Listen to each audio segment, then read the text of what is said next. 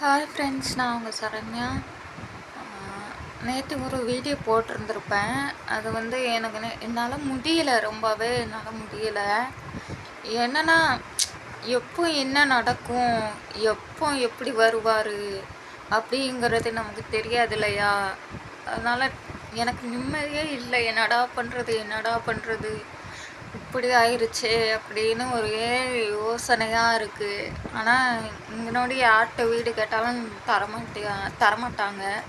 யார்கிட்ட போய் என்னன்னு நான் கேட்குறது? ஒன்றுமே எனக்கு புரியலை. கண்ணை கட்டி காட்டில் விட்ட மாதிரி இருக்குது. நான் உங்ககிட்ட சொல்லக்கூடாதுன்னு தான் நான் நினச்சேன். ஆனால் எனக்கு இப்போதைக்கு ஒரு வீடு இருந்தால் உண்மைக்குன்னு சொல்கிறேன் ஃப்ரெண்ட்ஸ், ரொம்ப நல்லாயிருக்கும் உண்மைக்குமே. நிறைய பேர் கமெண்ட் பண்ணியிருந்தீங்க, கவலைப்படாதீங்க அப்படிலாம்.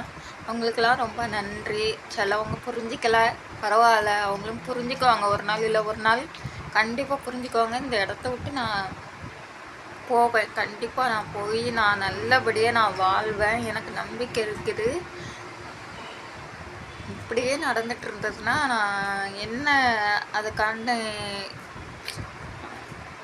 மூவ் பண்ணணுமோ அதை நான் மூவ் பண்ணுவேன் ஃப்ரெண்ட்ஸ். கண்டிப்பாக நான் எதுக்கு நம்ம இப்படி சகிச்சுக்கிட்டு வாழணும்? நம்ம என்ன அப்படி அப்படி என்ன நம்ம பண்ணிட்டோம்? அவங்களுக்கு பிடிக்கலையா, நம்ம அவங்கள விட்டுட்டு போயிடணும் ஃப்ரெண்ட்ஸ். என்னதான் அது நம்ம சகிச்சுக்கிட்டு இருந்தாலும் முடியாது உண்மைக்குமே. அது என் லைஃப்பை விடுங்க, என் லைஃப் போச்சு. இனி என் பாப்பா லைஃப் இருக்குது, அவளுக்குன்னு ஒரு லைஃப் இருக்குது. நான் சத்தியமாக சொல்கிறேனே, இவர்கிட்ட இருந்த என் பாப்பா நிம்மதியாக இருக்க மாட்டா. எனக்கே நிம்மதி கிடையாது மொத்தத்தில். அவள் அழுதாலும் சரி, அவர்கிட்ட விளையாடினாலும் சரி, அவருக்கு டென்ஷன், கோவம் பட்டுக்கிட்டே இருப்பார். எதுக்கு என்கிட்ட விளையாடுறா விட்றா? நீ பிள்ளைய கூட பார்த்துக்க முடியாதா? அவள் ஆசையாக அப்பான்னு விளையாடுறா. என் மேலேயும் ஏறி தான் விளையாடுவா. எப்போமாச்சும் விளையாட்டுன்னு வந்துருச்சுன்னா பிள்ளை ஏறி விளையாடுவா. அதை கூட அவரால் பொறுத்துக்க முடியல ஃப்ரெண்ட்ஸ்.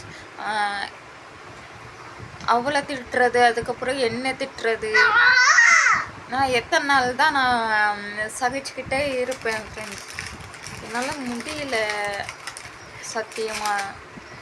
நான் பொய் ஒன்றும் சொல்லலை, எனக்கு பொய் சொல்ல வேண்டிய அவசியம் இல்லை. அதுவும் இந்த மாதிரி விஷயத்தில் எனக்கு பொய் சொல்லணும்னு அவசியம் இல்லை ஃப்ரெண்ட்ஸ். கண்டிப்பாக நான் இதில் ஒரு முடிவு எடுக்கணும் அப்படிங்கிற ஒரு இதில் தான் இருக்கேன். ஆனால் எனக்கு வீடு தான் பிரச்சனையாக இருக்குது ஃப்ரெண்ட்ஸ். என்ன பண்ணனே எனக்கு தெரியல.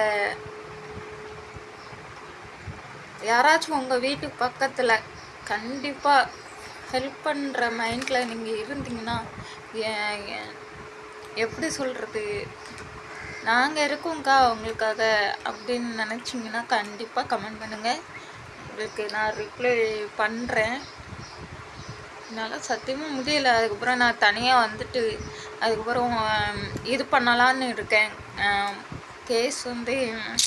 கேஸ் இல்லை, எனக்கு வேணாம், இந்த மாதிரி ஆள் கூட என்னால் வாழ முடியாதுங்க அப்படின்னு சொல்லி லீகலாக இது பண்ணலான்னு நான் இருக்கேன் ஃப்ரெண்ட்ஸ்.